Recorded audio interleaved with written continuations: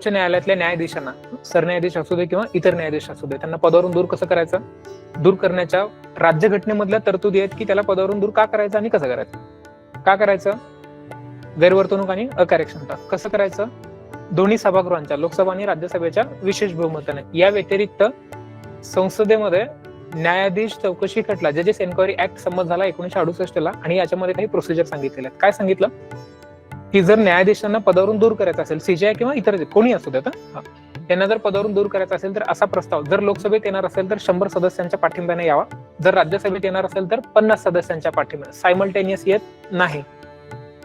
लोकसभेत किंवा राज्यसभेत असा प्रस्ताव आला तर त्या सभागृहाच्या पीठासीन अधिकाऱ्यांचा हा स्वच्छाधिकार असतो. डिस्क्रिप्शन आहे बरं का, ते स्वीकारायचा का नाही स्वीकारायचा, साधारणपणे स्वीकारतात. जर प्रस्ताव स्वीकारला तर पीठासीन अधिकाऱ्यांनी त्रिसदस्यीय समिती स्थापन करायची. त्रिसदस्यीय समितीमध्ये कोण कोण असणार आहेत? चीफ जस्टिस ऑफ इंडिया, सरन्यायाधीश, त्यांनाच पदावरून दूर करायचं असेल तर सर्वोच्च न्यायालयातले ज्येष्ठतम न्यायाधीश, कुठल्याही एका हायकोर्टाचे मुख्य न्यायाधीश आणि एक कायदेपंडित. ह्या 3 जणांची समिती ते गैरवर्तणूक आणि अकार्यक्षमता हे आरोपांची चौकशी होईल. चौकशी आणि निर्णय आला की आरोप योग्य आहेत, बरोबर आहेत, खटला चालवला पाहिजे. काय होणार आहे? आता खटला येईल सभागृहामध्ये, सभागृहामध्ये चर्चा होणार आणि मतदान होणार. चर्चेमध्ये तो न्यायाधीश, आरोपी न्यायाधीश चर्चेमध्ये सहभागी होऊ शकतो, मतदान करू शकत नाही, because he is not the member of the house.